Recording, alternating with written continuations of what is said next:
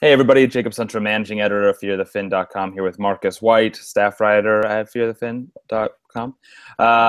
So we're here after the 4 games of the 5-game homestand. Sharks are 3-1 at that time. They just had a 3-game winning streak snapped last night against the Ducks. That was a 3-2 loss. Marcus was at the game. What can you tell us about the game? It was, okay for the first two periods. I thought they played well in the first period. They played pretty well in the second. But they're trailing a goal, leading on the shot clock, leading in puck possession, and then they were outpossessed and outshot in the third period when you're trailing by a goal, and that's not what you want at all. DeBoer felt the need to shorten his bench to 3 lines, which was a little confusing to me at the time because Ryan Carpenter and Michael Haley had played so well, and I'll give full credit where credit's due. I thought the 2 periods that Haley played were the best he's looked, certainly this season, and perhaps in the last 2 or 3 years that he's been with the Sharks.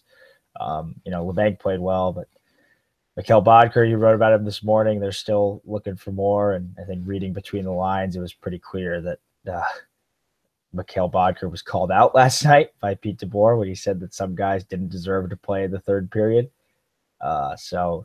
It was really, really kind of a strange third period because, like I said, they needed a goal. They were trailing, but there wasn't that push that we've seen. And, DeBoer mentioned that, they've played a lot of games in a lot of days, and that could have something to do with it. But he also called out his young players too. He said it's inexcusable when the older guys like Pavelski, Thornton, and Marlowe are the guys with the best legs. So a bit of a strange game. They're following their pattern again of win 3, lose 3, win 3, lose 3, win 3, and now hopefully they don't lose 3 again. They've got Arizona, who they're 0-2 against, coming up on Tuesday, but not. I think probably one of their worst games that I've seen them play in person. I wasn't at the Pittsburgh game. I was not in Detroit when they played the Red Wings, but of the games I've covered, that was probably the worst they've played this season. I think what's interesting is that I saw that DeBoer quote about being upset with the young guys' legs, and the young guys had much better games than the older guys in terms of possession numbers. So I kind of wonder at times just like if he's actually watching the actual play or if he's like just looking to see who's trying hardest or whatever. I mean, LeBanc was good. I thought Nieto was good. And like you said already, Haley and Carpenter were good. Tierney was good. So, I mean, I don't really see where he's coming from there. I mean, I understand that obviously you're getting tougher matchups.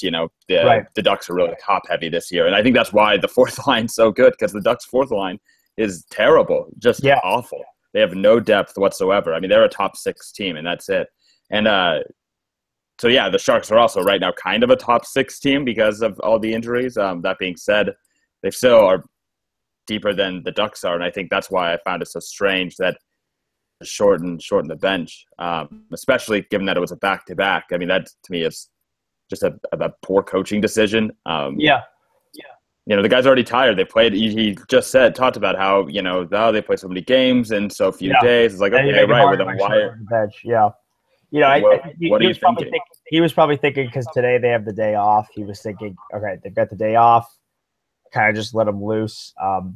It was a strange decision at the time. I think Anaheim certainly they made their bench a little shorter, up a goal, and that probably factored into his decision a little bit. That you're going to see more of the Getzlaf and Perry lines, and he doesn't want to leave Michael Haley and Ryan Carpenter out there. But I thought their play warranted more minutes last night. I thought it was a bit of an odd decision. And looking at the numbers, the bottom 6 was were the guys that did the best. But for whatever reason, DeBoer saw other players have more jump. I think he might have been talking about the second line that really just did not have a very good night. Quite poor. They did not have a very good night last night. So it was a strange game too, and then obviously the goal controversy that was so evocative of the controversy that happened in Nashville. Pretty much the exact same play, except this time the net was dislodged and the goal was upheld and not overturned. Logan Couture was pretty candid about that after the game, and I wrote about the similarities between the two in a post that's up this morning. So it was just kind of a weird weird game. I think they were playing super well, and then Anaheim scored those 2 goals pretty quickly, and all of a sudden the Sharks just seemed kind of sapped of energy. Like Anaheim started to play better after they took the lead, and the Sharks started to play worse after they were trailing, which you don't normally see often from this team. So I think a bit of a concern, but I think amidst the injuries, all you can really ask for from your bottom 6 is to play the way they did, and if the top 6 has an off night like they did in terms of puck possession last night, you're probably not going to win. Right. I think the biggest thing looking at the matchups is that the Couture line saw a lot of the Perry Getzlaf line, as did the Sharks top line. So they were really double shifting those guys a lot. Yeah. And I know that's been kind of the case for years, and those guys play just crazy numbers of minutes because they can handle it. Yeah. But neither of the top 2 lines played well against the Perry Getzlaf line, which in some level kind of makes sense because that line is so overloaded. At the same time, you've got Joe Pavelski and Joe Thornton playing together, so that should at least counteract that. Donskoy, 2 of the most defensively solid forwards that the Sharks have. So I don't know. There are going to be nights where you don't play well, so I'm not going to read too much into the one game because they played quite well against Anaheim the first time, and of course now they're without so much of the depth that's made them such a good team the past couple of years. So Co was really good again last night, though. He was one player that while rewatching the game when I got home from the Barracuda game, that was a guy that stood out to me. He looked great, just like he's pretty much looked all season. Him and Dylan DeMello looked really, really good together. DeMello was another late addition, and I thought he played really, really well. And I was writing the recap, and before Vlasic went down, and I basically was writing that he deserves more playing time, and you can see why the Sharks are so keen to hang on to him because in the event of injury, he's so good. And then of course Vlasic went down in the 3rd period after I wrote that. So we don't know the nature of Vlasic's injury, but they could very well need Dylan DeMello here, and they may need some of the defensemen that you saw playing for the Barracuda last night. Ooh, good segue. Yeah, so the Barracuda won 5-2 last night. Adam Haluka had 2 goals. Marcus Sorensen had 2 goals. And they just looked – I was at the game, as Marcus kind of alluded to. It was just a really fun team, really good, a lot of jump. They move fast. The puck movement's very good. The power play reminds me a lot of the Sharks' power play in the way that it's set up. Being closer to the ice level, it can be more difficult to kind of get a sense for exactly everything that's going on. You notice things more like guys that make good plays on the puck or protect pucks, that kind of thing, a lot more than you notice some of the bigger picture stuff that you can see on TV or from the press box, obviously. But I noticed that Tim Heed looked good. Mirko Mueller looked good. I haven't looked at any of the stats such as they are. Yeah, and I like the kind of the system that they're playing. I like the style that they played. I thought Goldobin looked good. I honestly think this year is a pretty good, for all the smack talk that Roy Sommer has received over the year. I think this is a pretty good, to me anyway, indication that, this might be the first time in his career that he's actually had good players. I agree. I think that's what it certainly seems like. I mean, we can talk about how the Sharks haven't developed a ton of picks, and they haven't, the fact of the matter is they really haven't had a lot of high picks over the last few years, and the players that have been ready to play have pretty much been ready to play right away or have been pressed into duty right away and really haven't had a chance to, it's hard to keep a cupboard stocked when you're drafting so low. And, it's nice to see him finally have some talent. So you mentioned Goldobin. I'm curious, how did he look defensively? And then how did Timo Meier look? Well, Timo looked really good. I like so much of what he does in terms of just his overall hockey intelligence. He makes a lot of great plays. Like his zone entries are good. He made a really good play last night where he kind of he dumped the puck in basically to himself because he's fast enough and strong enough that he was able to kind of dump the puck in, muscle his way through a rain defender behind the net, and then throw the puck back in front of the net to lead to a scoring chance. And it's stuff like that. That to me, when I see that, that's what I think of as that role that Hurdle played on the top line and with the Joes, that kind of, chases after pucks, and he's so strong physically that he can muscle off guys off of the puck. And I think that that's going to carry over to the NHL level, to be honest. And that goes, in addition to the fact that he's a good scorer, has very good hands. And so he looked great. And Goldobin looked good too. I will say that I didn't notice him defensively, which I'm going to take as a good sign, to be honest. I was at the end of the Sharks Barracuda attacked on twice. So I only had one period where I really could see everything happening defensively. But he looks really – I noticed him a couple times, a couple zone exits that I thought looked quite good because he's just kind of a slippery guy. I think that won't work as well in the NHL, obviously, as it does in the AHL because, the other players are smarter and stronger and faster than the guys he's kind of, dangling around at the AHL level. That being said, I also thought that he's not unwilling to pass the puck. The puck movement's really good. And I think that that's something that Sommer deserves some credit for, that he's really preaching that same kind of puck movement style type thing that the Sharks are doing. It was not a lot of individual skilled players, and they have a lot of them going out and making stuff happen on their own. It was really more of a team game, which I think is good because I don't think that there's no Connor McDavid on the Barracuda, so there are not guys that are going to create everything by themselves against an NHL caliber team. But the fact that they play a similar style to the Sharks, the fact that they play a team offense and team defense, I think it bodes well as far as if they do need to call somebody up, plugging them into the lineup will go better than it would if they weren't playing that way. So that to me was really encouraging as well.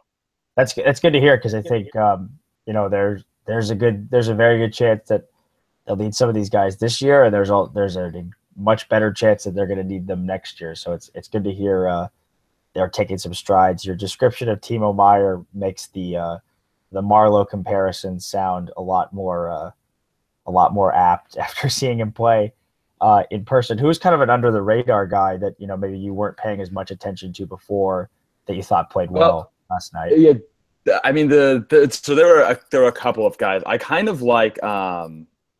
Yevpalov's.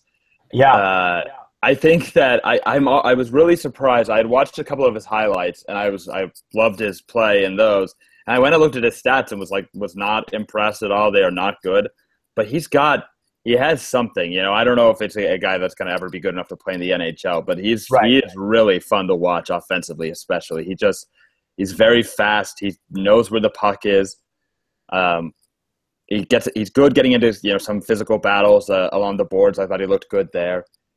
I noticed Daniel O'Regan a lot, and I know now that he's not really an under the radar guy anymore because he's played in an NHL game. But that was a guy that coming into the season I didn't really have any expectations for because it's not a high draft pick, a college guy. So that to me, like seeing him really just excelling at the AHL levels, it's like, okay, I get why the Sharks gave him a chance. Yeah. I also felt like Rourke Chartier looked pretty good. It's one of those teams that there are so many players that are good, that it's individual guys don't stand out the same way that they that they would normally. But I think O'Regan had 3 points, and I'm looking at the stats now. Yeah, O'Regan had 6 shots on goal. I mean, that's okay. Well, so that makes sense. That's why he stood out. So there you go. Tim Heat had 2 shots on goal. That's also good. Exactly. And let's see who else. Bergman had 3 shots. Adam Haluka also had 6 shots on goal. McCarthy also actually looked pretty good. He had a couple shots on goal. I know he's kind of the old man on the team, but he's still out there doing his thing. Timo had 2 assists. So overall, that's just a good, strong overall team performance, and against a Reign team that's definitely not as good as last year, but still pretty solid. Yeah. Marsh is still down there, which is shocking to me. He's that good.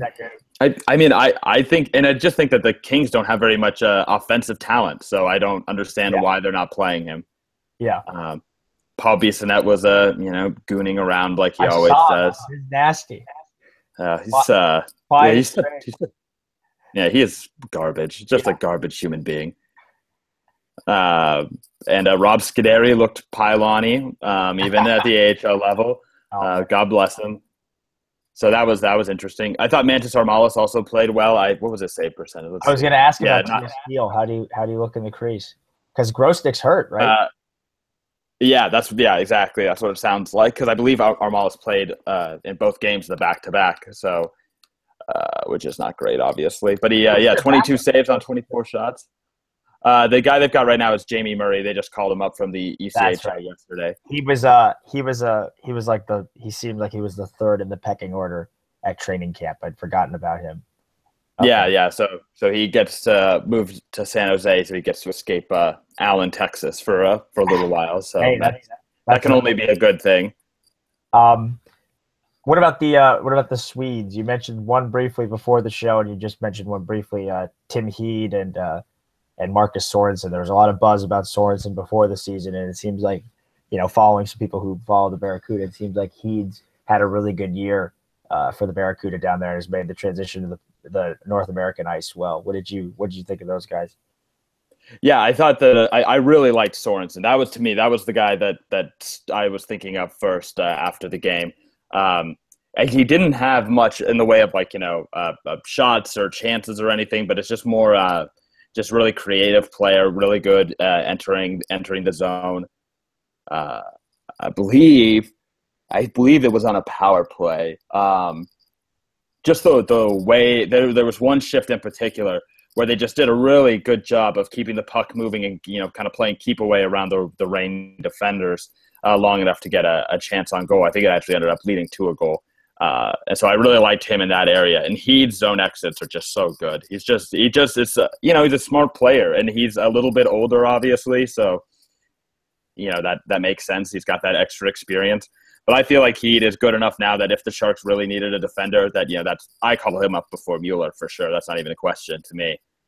And I wouldn't be shocked to see Sorensen get a look at some point. I think he's got something like, I think it was 8 or 9 points, something like that. So, that's a guy that I think could contribute. I think for me right now, Timo Meier's the guy I want to see called up next, unless it's they call up O'Regan again because he's got a little bit of experience and plays center. Right.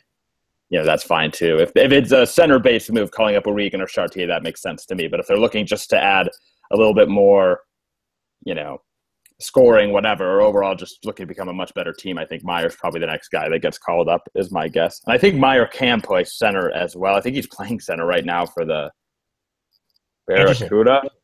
They have him listed here as a center. Interesting. Let's see. It doesn't say anything about. They don't have face-off data on here.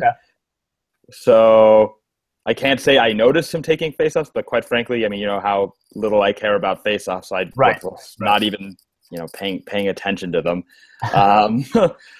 Wow, do they just not track face-offs at all? There's no way. Somebody somewhere. That's surprising to me that there's no AHL tracking of face-offs. Yeah, I don't see it anywhere. I saw it on the game report. Huh. Okay, well, yeah, I'm sorry that I don't have demand for stats in those leagues is even, amongst hardcore fans is even higher than the stats in the NHL. That's what I would think too. I guess they just have to go ask the backup goalie what the face-offs were. We could ask Jamie Murray. Yeah, exactly. Well, it sounds like there's a lot of players standing out for them, which is, I think we expected this year that they'd have a really strong team, and it's nice to see it coming to fruition. Maybe there will be a Calder Cup parade in San Jose's future if there isn't a Stanley Cup parade. Why not both? Season. They can have them on the same. They can do it together, a joint parade. That'd be crazy if that happened. That'd be pretty cool. I think we should now talk about another guy, who played for the Barracuda last year, applied his trade in the minors.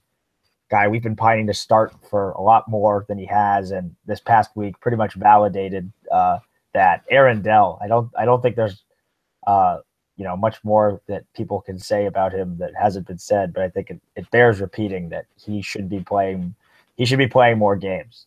He looked really, really good against the Islanders, and yes, it was the Islanders, but he's a very calm player. And I remember, he'd drawn some comparisons, in some ways to Jones. Some of the players said he's similar to Jones, and he's smaller than Jones, but I can definitely see the comparison. He moves well. He's great positionally. He finds that right balance, I think, as a smaller goaltender of what Alex Stalock struggled a bit at times at the NHL level, and just being over aggressive. I think,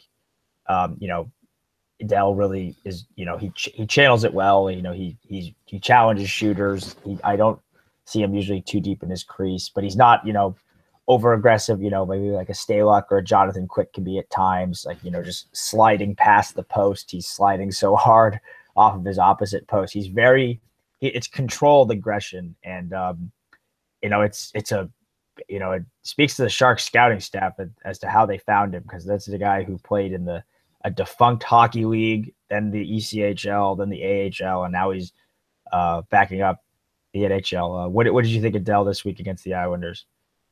Yeah, he looked great. And I agree, the controlled aggression is a big thing. And I think that is the biggest similarity to me between him and Jones. They play that reverse VH style where they which basically just means that they use the post to push off to go from side to side and to control their lateral movement. And so what they'll do is they'll take their skate blade and lock it up against the side of the post and then push off using that to get to the other side. And that's something that Jones uses a lot to pretty great effect. It's something that Jonathan Quick uses a lot to great effect, obviously. And I think that because, like you said, Dell's smaller, that he needs to be a little more aggressive than Jones is. And so obviously that, will lead to maybe more mistakes, more goals, whatever. But I think that he's definitely proven that he's more than good enough to be the Sharks' backup, and I think should probably get some more playing time. If for no other reason than just, I feel like Martin Jones could use some more nights off. And it's not like Dell was a young guy. I know you talked about him kind of having a long journey to the NHL. I mean, he's 27 years old, so he's older than Jones. Yeah. Oh, yeah, absolutely, he is. Yeah, because he's 27. I believe Jones is 25. So yeah, that's it's always it's nice to see a guy like that is stuck it out. Jones is 26.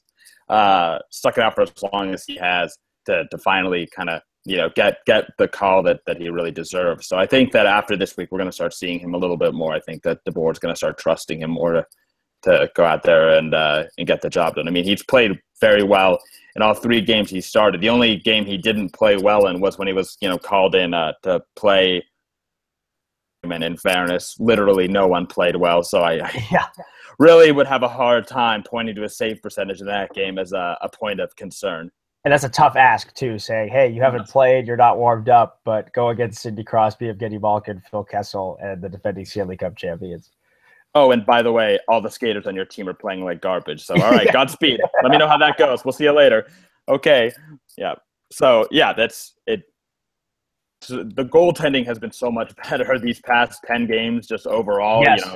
Jones included. Jones has been, I wrote about this, it's been quite a bit better. I mean, the save percentage still doesn't look good, but if you look at, the way it's moving in the right direction. It is, bottomed out and now it's rising back up. And that's really good news for the Sharks, obviously, as well. Yeah, I think Dell, we got to see him on Tuesday. They got that Tuesday, Wednesday doubleheader. Or excuse me, back-to-back.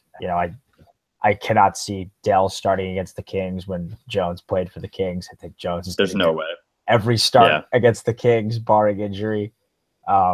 He's played very well in the Staples Center with the Sharks historically. Have they lost a game in the Staples Center with him?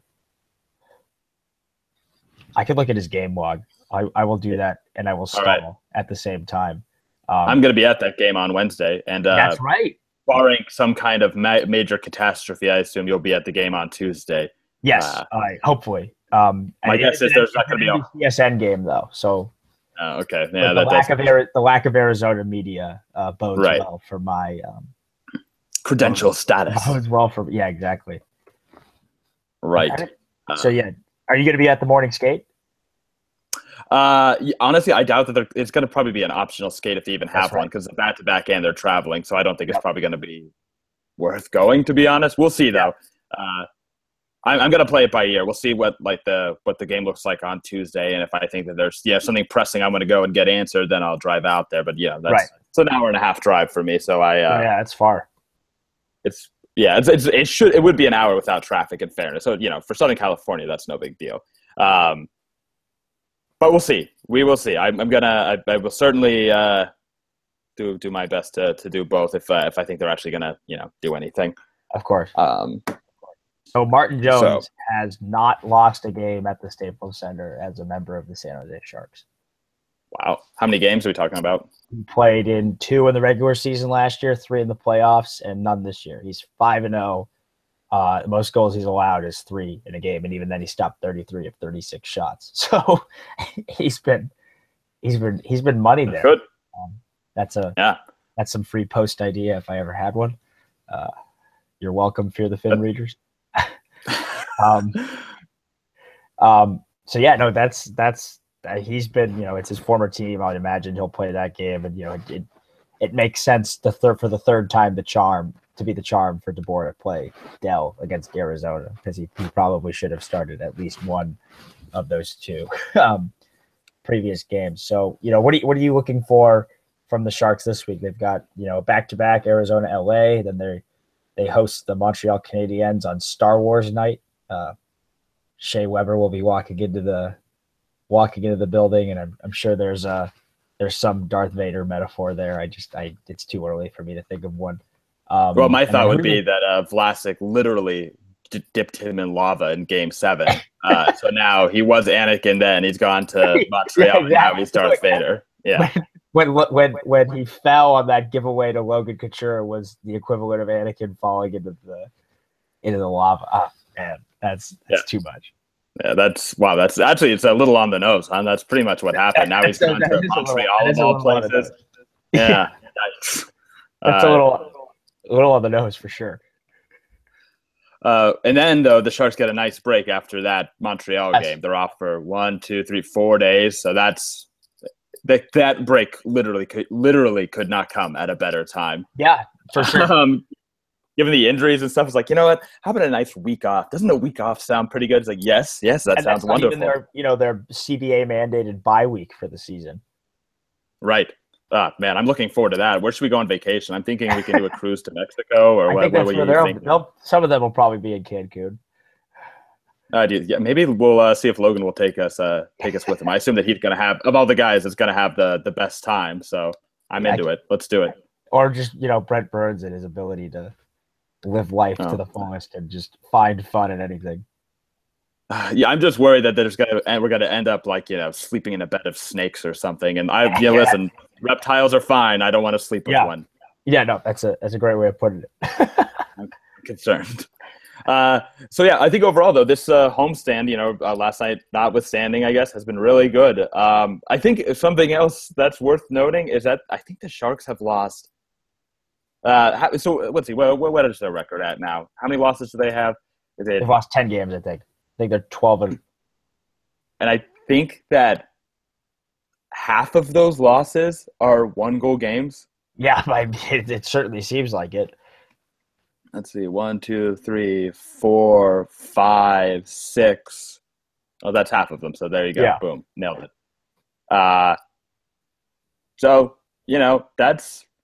There's something to be, wow, I think their last 6 losses have all been by 1 goal. Yeah. That's wild. And they have 7 1-goal losses. Oh my gosh. So, there's some reason for optimism even in that, because you look at the record and it's not, it's fine. It's good. And in the NHL this year, it's really not that weird to see a good team with a close to 500 record. Think that the Sharks still have room to just be better just overall because they'll have better players on the ice, whatever. But they also could stand to be luckier. You're talking about a couple bounces and they have 15 wins. Yeah. I mean, that's good. That's really, to me, it's really, really encouraging. So, I still feel really good about this team. And if we're going to have to deal with injury stuff, I'm glad it's happening in November and December and not, in March, April, or May or whatever. Yeah, I think, they're score and venue adjusted. They're still in the top 5 or top 6. If you adjust for score and venue, though, I believe hell has officially frozen over because the Edmonton Oilers have surpassed them in puck possession. The Oilers sit. I don't want to live on this planet anymore. The Oilers. Let's give it up. It's over. The Oilers sit fifth. We're good. In score and venue adjusted Corsi, and fourth in score. They're actually tied with the Sharks in score and venue adjusted Fenwick, which is the top two of the top three teams stun me. Boston number 1 in puck possession, and Philadelphia 3.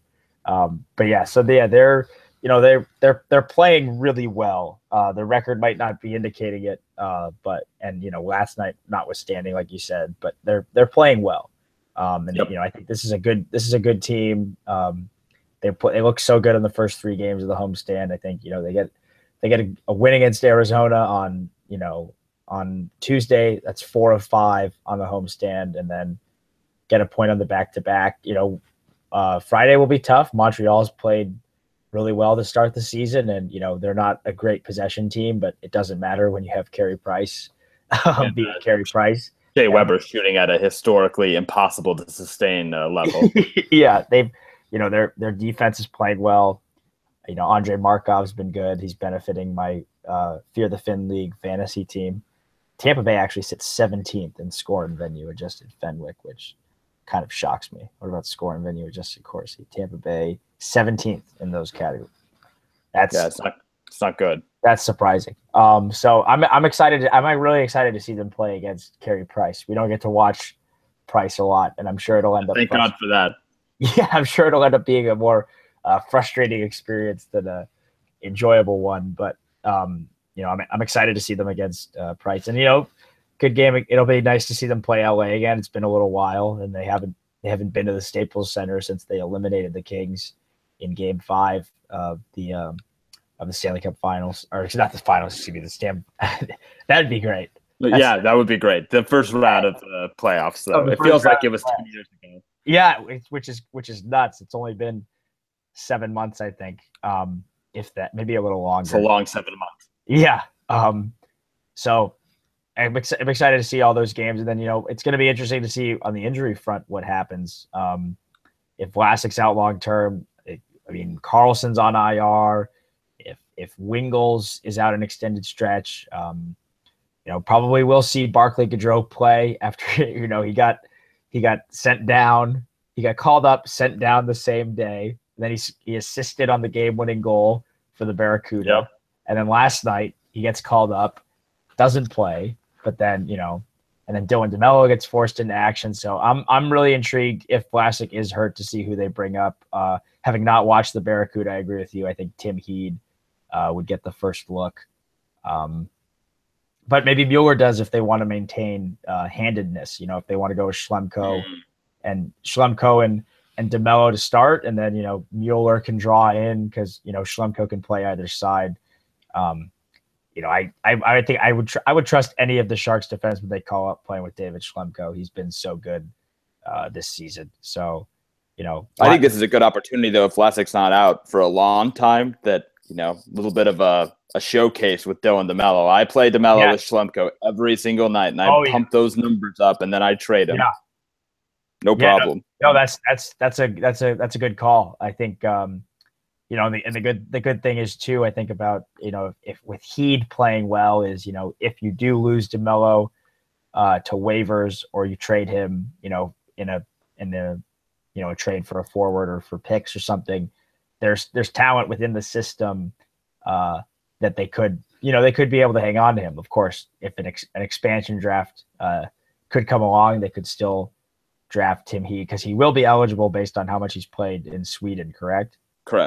Yeah. So and he'll be on a cheap contract. I don't think he's signed beyond this year, but there, like we said, I don't think there's anything that stops Vegas from drafting pending unrestricted free agents, as far as I'm aware. So, right. I think they're allowed to do it. I mean, I that's not what I would do, but no, yeah, of course. Unless you really I'll be curious to see what they're.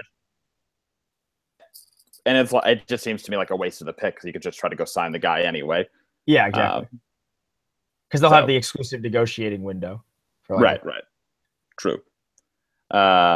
So yeah, it's going to be a really interesting week. There's only, there's going to be 3 games the next week, and then we get that break. So yeah, we got a couple days off here. The Barracuda don't play again until Saturday, so there's not going to be a whole lot of insight to be gained from that as far as who gets called up, who doesn't get called up. My assumption is that the Sharks will have a full practice tomorrow. Yeah. Especially given that they're going to have to kind of refigure out what's going on, who's going where, who's playing, who's healthy, who has gotten this mystery illness, etc. So we'll see what happens. Because like you said, Hurdle's on the long-term IR, Carlson's on the IR now. So there are going to be some things that need to happen here. So it'll be interesting to see. And talking about injury stuff is not my favorite thing in the world, but it does, on the positive side, give some young guys some opportunities and can give us a chance to kind of take a fresh look at the way that the Sharks line up. I just did a post talking about the Sharks need to make changes to their bottom six, and while that's still relevant, it changes now. The more people that get hurt, the fewer options that they're going to have, obviously, to do anything creative with that fourth line. So we'll see what happens. So I think that's all I have. Do we have anything else that we didn't hit that we should have? Not that I can think of. I think we've covered it. Oh, I want to mention. Let's talk about Mikhail Bodker real quick. Yes. Good. So here's the thing. So Peter Boris did the pseudo call out last night, and I know people are frustrated that he only has 2 goals this season because he was signed really exclusively for his goal scoring ability. So I did a post this morning that you can read, but if you want the gist of it, when I first looked at his hockey reference page, I saw, the 2 goals, only 20 shots on goal. So my first thought is, okay, so he's just been bad then, that, it's not necessarily unlucky and a low shooting percentage, which is what you usually associate with a slump. Then I started digging a little bit deeper, and he is attempting more shots this year. So, Corsi, right, than he has at any other point in his career. His individual rate is the highest. Correct. Wow. And his individual scoring chances per 60 minutes is at the highest rate of his career. His expected goals per 60 minutes is at the highest rate of his career. I mean, the thing is that throughout all of his struggles, I've never thought he looked bad. I just haven't really noticed him that much, which, I get is not a positive thing per se, but it's also not – he doesn't look bad out there or anything. Yeah. So I think that he is – and I looked even where he's taking his shots from, right? Because, you got to start thinking like, okay, so what's the deal? What's the problem? Yeah. And taking shots from exactly the same places he usually does. It's possible he's just getting really, really, really unlucky. Yeah.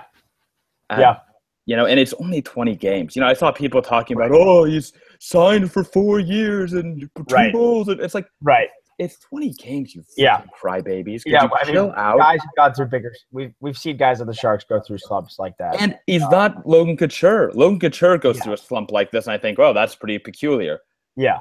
Bodker's like a good third liner, okay? A good third liner going through a big slump is not that weird. That's why he's a third liner. Yeah, no, that's the deal. Well said. I think last night, was probably one of his lesser games of the season. Like I wrote about, he didn't attempt. At least according to the stats I was looking at, because he didn't play in the third period, and I was looking at the stats the Sharks kept. He did not attempt a shot in the 2 periods, and that's they need more from him. But like you said, if over the whole of the 20 games, it does feel like he's got. I think the eye test backs that up. I think it feels like he's gotten good chances. DeBoer was asked about him, I think, in Arizona, and they said, he's shooting they like that he's shooting the puck a lot. And I think before he said that he hadn't shot the puck on net, but if DeBoer's seeing that he was attempting a lot of shots, that could explain why he hasn't necessarily called him out. Last night, if Bodker, he didn't attempt any shots, so I can imagine his patience for not scoring is a lot lower because, like you said, they brought this guy in for his offensive ability. I think, it doesn't seem like he's pressing, as nebulous as that is. It doesn't seem like he's gripping the stick too tightly. He seems like a pretty, in talking to him, like a pretty mellow, reasonable guy who, he understands that the acclimation could take time. I don't think it's anything to be concerned about long term. If this slump persists at the 40 game mark, obviously you're a little more concerned about the contract. But it's still so like we're at the quarter pole of the season. The Sharks are at a playoff spot. Historically, since like 2000, that pretty much means that they're going to be in the playoffs, barring a collapse, we've seen some teams have, or an insanely hot run like the Ducks had last year, or the Ottawa Senators had a couple of years ago. Barring that, they'll be in the playoffs. If Bodker can find his stride in the second half of the season, everyone will have forgotten about the fact that he scored 2 goals in his first 21 games. Yeah, he's been slumping recently, would be fair. He had no shot attempts last night. The game before that, he had a couple, but it only had 1 in the game before that, 1 in the game before that. So, in the past 4 games, he's only attempted 4 shots. And so that's, I could see it being a point of concern. But before that, it was, 3, 2, 2, 3, 2, 4, 6. So, I don't know, guys go through, he's going through a slump inside of his slump. It's great. That he loves that. So, to me, the biggest thing is that he's getting paid too much money for it to be a huge concern because he's not going anywhere. So, you can complain about the contract if it makes you feel better about yourself, but there's not really a whole lot constructive that can be done about it. To me, that's the biggest thing. Like when people ask me, you're talking about Haley, why aren't you talking about Bodker? It's like, well, because the Sharks can actually do something about Haley. The Sharks can't do anything about Bodker. If Bodker turns out he sucks, then Sharks are kind of hosed. Bodker is as sunk of a cost as it gets in terms of an NHL contract, in terms of the multi-year investment. Yes, he doesn't have a no-trade clause, but, he's a sunk cost. A guy like Michael Haley, who, he's on a minimum. He's on a minimum, but he's on a minimum deal, so they have a lot of flexibility as to who – and he's at the bottom of the lineup where there's a lot of flexibility to play him. That's where changes come. That's why they're at the bottom of the lineup. That's the whole thing. Exactly. That's the point. Exactly. And you win when you have a top 6 that you're pretty confident in. You're going to win the games. You're going to win a lot of games at the margins, and you want your players at the margins to be the best they can be. And give credit where credit's due. Michael Haley played really, really well last night. I thought Ryan Carpenter. I'm excited to see him this week. Carpenter hopefully get an extended look because I thought him and LeBanc had definite chemistry together. Their skill sets just seem to mesh really well. So, it's good. I agree, though. I think it's too early to, bang the drum of concern about Mikhail Bodker. It's like, yes, he's making a lot of money, and you obviously like him to have more than 2 goals. But I think they signed. That's the rate for top 9 forwards that can slide up to the second line or can slide down to the third line depending on the situation. Of $4 million contract or however much he's making. I think it's $4 million a year, right? Or is it 4.1? Yes. Yeah, $4 million. That's the going rate. Joel Ward's making 3.5 because he's older. That's the contract for these guys. So to worry about. I think like I said, if this is the 40 game mark, it's a different conversation. But I've seen enough players have slumps over 22 games to not be concerned. Absolutely. All right. Well, that should do it. I think. We'll be back after the Montreal game probably, and then we're headed to Cancun. I think. Yes. I can't wait on the Fear the Fin yacht. Yes. All right. Well, sounds good, everybody. So you can follow Marcus on Twitter at Marcus P. White. I'm at Jake Sundstrom and at Fear the Fin. You email us fearthefin@gmail.com. Follow us on Twitter at. On Instagram, at fear.the.fin. If you want to talk about it, Facebook/fearthefin. And you can iTunes if you're watching it on YouTube and don't want to watch us anymore. You can just search Fear the Fin on iTunes. So that's an easy one. Jamie Baker likes us on Instagram, so if he does, I think that's a good. That's true. He does. Good investment as there is. He's and he likes the captain line. That's a thing now. So we're doing it. We're making T-shirts. Oh, hey, there you go. Not the worst idea I've ever had. Yeah, not at all. All right, guys. We'll talk to you later. Thanks for hanging.